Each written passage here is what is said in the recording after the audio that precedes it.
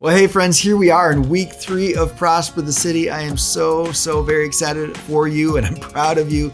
In week 1, we talked about who you are and your gifts. In week 2, we talked about what are you going to do and you voted on a project. And then here we are in week 3 and you're going to finalize the details as we get into the how of your Prosper the City project. But before we do that, just like every other week, we're going to read an account from the life of Jesus and then respond to it with our same 3 questions.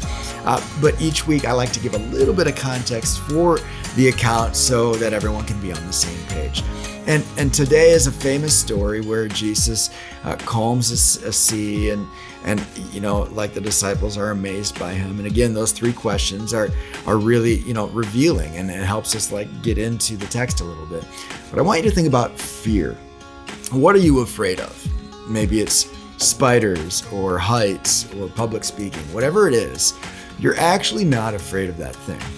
There's a famous psychologist named Dr. Albrecht, and he kind of looked at all the phobias and fears that are out there, and he classified them, and he realized that at the end of the day, we're really afraid of one of 5 categories, and they are loss, isolation, worthlessness, pain, and death.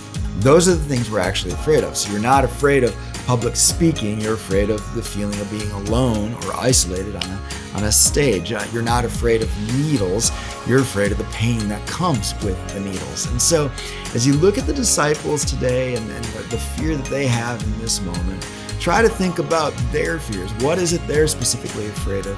And then, try to relate that, because it might seem unrelatable to you, but then try to relate that to maybe the categories of the things that you're afraid of. Because the good news in the story is that Jesus is greater than the thing you fear.